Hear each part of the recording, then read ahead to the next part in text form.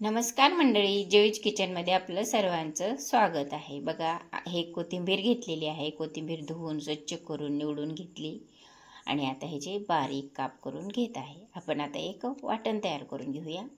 बघा, मिक्सरचं भांडं घेतलं, त्याच्यामध्ये 4-5 मिरच्या टाकल्या, लसूण टाकला, तसंच जिरे टाकले। आता हे ग्राइंड करून आपण बाजूला ठेवून देऊया।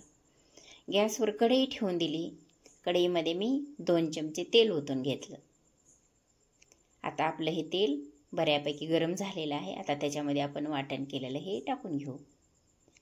आता हे वाटण पण शिजलेलं आहे। त्याच्यामध्ये तिखट टाकलं, हळद टाकली आणि त्याच्यामध्ये थोडंसं तीळ पण टाकून घेतलं।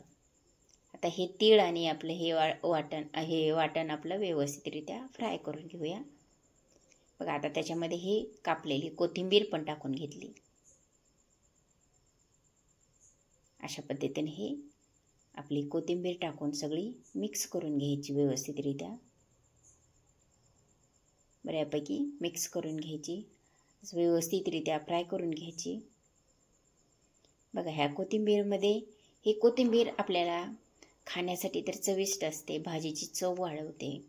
तसंच ही कोथिंबीर आपल्या आरोग्यासाठी सुद्धा फार उपयोगी आहे।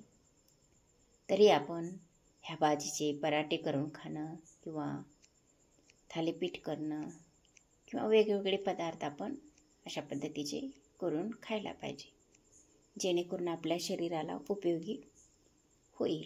अशा पद्धतीचे पदार्थ आपण ह्या कोथिंबीरीचे करून खायला पाहिजे। म्हणजे कोशिंबीर, रायता याच्यामध्ये सुद्धा आपण कोथिंबीर टाकलं तर त्याची चव अफलातून वाढते।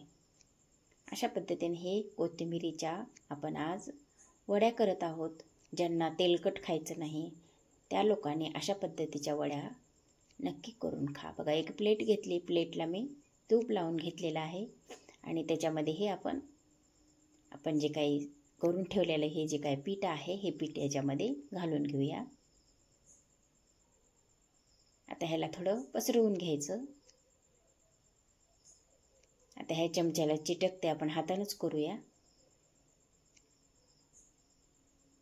अशा पद्धतीने ते पुसून काढलं आणि हे आपण आता थोडंसं हाताला तेल लावलं आणि हे थापून घेतलं।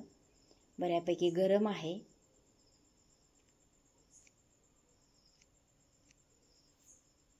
बघा, अशा पद्धतीने हे आपण वड्या थापून घ्यायच्या।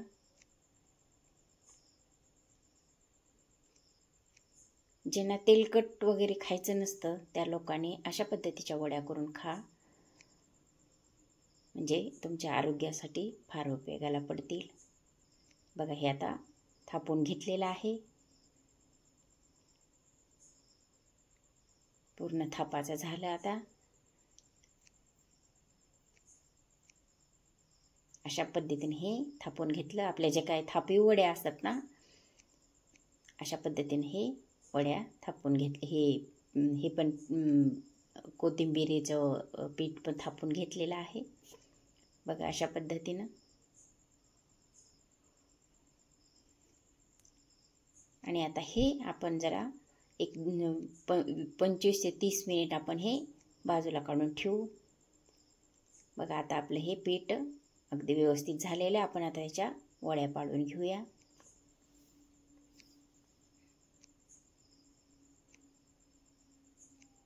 बघा, अशा पद्धतीने हे आपल्या वड्या झालेल्या आहेत। लाईक करा, शेअर करा, सबस्क्राईब करा, कॉमेंट करा।